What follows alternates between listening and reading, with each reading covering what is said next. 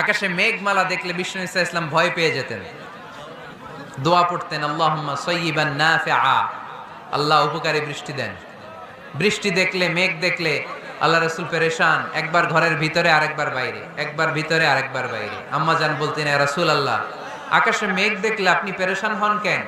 আল্লাহ রাসূল কেঁদে কেঁদে বলতেন, আয়েশা, আমি জানি না এই বৃষ্টি আর তুফান থেকে মদিনায় সজীব শ্যামল ঘাস লতা পাতা জন্মাবে, নাকি এর মধ্যে থেকে বজ্রপাত এসে আমাদের পাপের কারণে আল্লাহ মদিনাটারে জ্বালিয়ে দিবে, আমি জানি না। আমরাও যে আকাশে মেঘমালা দেখি, আমরা কি জানি এটা কি রহমতের মেঘ না আযাবের মেঘ? জানি আমরা। তারপরও বৃষ্টি আসলে আমাদের গান আছে না নাই? বৃষ্টি আসলে দেখবেন গান লাগায় দেয়। বৃষ্টি পরে টাপুর টুপুর, ওই কয় পায়ে দিয়ে সোনান্নপুর, সব মুখস্থ। এগুলো করা যাবে না। বৃষ্টি দেখলে দোয়া পড়তে হবে, আল্লাহুম্মা সাইয়্যিবান নাফিআ।